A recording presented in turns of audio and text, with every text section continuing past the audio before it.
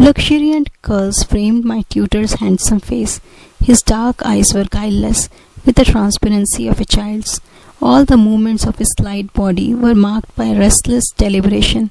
Ever gentle and loving, he was firmly established in the infinite consciousness.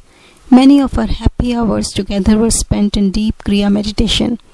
Kepalananda was a noted authority on the ancient Shastras or sacred books. His erudition had earned him the title of Shastri Mahasaya, by which he was usually addressed. But my progress in Sanskrit scholarship was unnoteworthy. I sought every opportunity to forsake prosaic grammar and to talk of yoga and Lahiri Mahasaya. My tutor obliged me one day by telling me something of his own life with the master. Rarely fortunate, I was able to remain near Lahiri Mahasaya for 10 years. His Banaras home was my nightly goal of pilgrimage. The Guru was always present in a small front parlour on the first floor.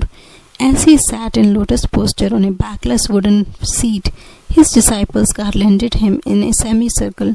His eyes sparkled and danced with the joy of the divine. They were ever half closed, peering through the inner telescopic orb into a sphere of eternal bliss. He seldom spoke at length. Occasionally his gaze would focus on a student in need of help. Healing words poured, then like an avalanche of light. An indescribable peace blossomed within me at the master's glance. I was permeated with his fragrance, as though from a lotus of infinity. To be with him, even without exchanging a word for days, was experience that changed my entire being. If any invisible barrier rose in the path of my concentration, I would meditate at the Guru's feet. There the most tenuous states came easily within my grasp. Such perceptions eluded me in the presence of lesser teachers. The Master was a living temple of God, whose sacred doors were open to all disciples through devotion. Lahiri Mahasaya was no bookish interpreter of the scriptures. Effortlessly he dipped into the divine library. Foam of words and spray of thoughts gushed from the fountain of his omniscience. He had the wondrous clevis that unlocked the profound philosophical science hidden ages ago in the Vedas. If asked to explain the different planes of consciousness mentioned in the ancient texts, he would smilingly assent, "I will undergo those states and presently tell you what I perceive." He was thus diametrically unlike the teachers who commit scripture to memory and then give forth unrealized abstractions. Please expound the holy stanzas as the meaning occurs to you. The taciturn Guru often gave this instruction to a nearby disciple. I will guide your thoughts that the right interpretation be uttered. In this way, many of Lahiri Mahasaya's perceptions came to be recorded, with voluminous commentaries by various students. The Master never counselled slavish belief. Words are only shells, he said. Win conviction of God's presence through your own joyous contact in meditation. No matter what the disciple's problem, the Guru advised Kriya Yoga for its solution. The yogic key will not lose its efficiency when I am no longer present in the body to guide you. This technique cannot be bound, filed, and forgotten in the manner of theoretical inspirations. Continue ceaselessly on your path to liberation through Kriya, whose power lies in practice.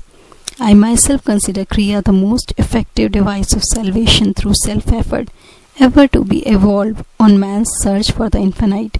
Kepalananda concluded with this earnest testimony. Through its use, the omnipotent God hidden in all men became visibly incarnated in the flesh of Lahiri Mahasaya and of a number of his disciples. A Christ-like miracle by Lahiri Mahasaya took place in Kepalananda's presence. My saintly tutor recounted the story one day, his eyes removed from the Sanskrit text on the table before us. A blind disciple, Ramu, aroused my active pity. Should he have no light in his eyes when he faithfully served our master in whom the divine was fully blazing? One morning I sought to speak to Ramu, but he sat for patient hours fanning the Guru with a handmade palm leaf pankha. When the devotee finally left the room, I followed him. Ramu, how long have you been blind? From my birth, sir. Never have my eyes been blessed with a glimpse of the sun. Our omnipotent Guru can help you. Please make a supplication. The following day, Ramu diffidently approached Lahiri Mahasaya. The disciple felt almost ashamed to ask that physical wealth be added to his spiritual superabundance. Master, the illuminator of the cosmos is in you. I pray you to bring his light into my eyes, and I perceive the sun's lesser glow. Ramu, someone has connived to put me in a difficult position. I have no healing power. Sir, the infinite one within you can certainly heal. That is indeed different, Ramu. God's limit is nowhere. He who ignites the stars and the cells of flesh with mysterious life effulgence can surely bring the luster of vision into your eyes. The master touched Ramu's forehead at the point between the eyebrows. Keep your mind concentrated there and frequently chant the name of the Prophet Rama for 7 days. The splendor of the sun shall have a special dawn for you. Lo, in 1 week it was so. For the first time, Ramu beheld the fair face of nature. The Omniscient One had unerringly directed his disciple to repeat the name of Rama, adored by him above all other saints. Ramu's faith was the devotionally ploughed soil in which the Guru's powerful seed of permanent healing sprouted. Keblananda was silent for a moment, then paid a further tribute to his Guru. It was evident in all miracles performed by Lahiri Mahasaya that he never allowed the ego principle to consider itself a causative force.